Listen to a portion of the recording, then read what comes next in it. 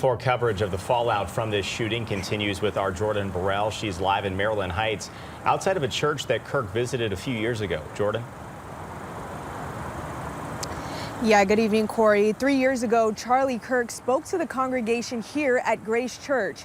Now today, that same congregation praying over his family as they learned the news that he was shot and killed in Utah this afternoon.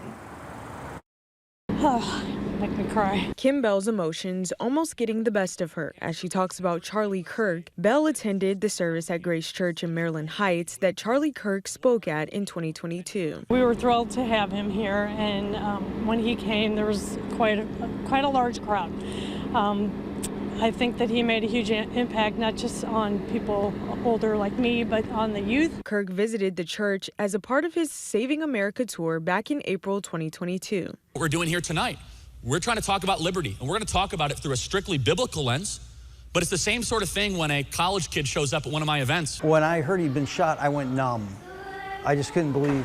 Marty Haas is an assistant pastor at Grace. He was brought to tears remembering Charlie Kirk, someone he called an inspiration. He has an incredible intelligence and memory, and he comes with compassion. So he's able to have dialogue and do question and answer sessions with people who totally disagree with him, and to treat them with kindness. Grace Church holding a prayer service Wednesday night, paying tribute to Charlie Kirk. And he was gunned down and died.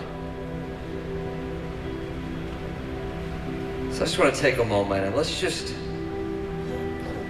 there's so many emotions and prayers and thoughts going through my head. Taking a moment of silence to pray and remember a person they say will never be forgotten. What he's doing is not in vain. What he did was not in vain.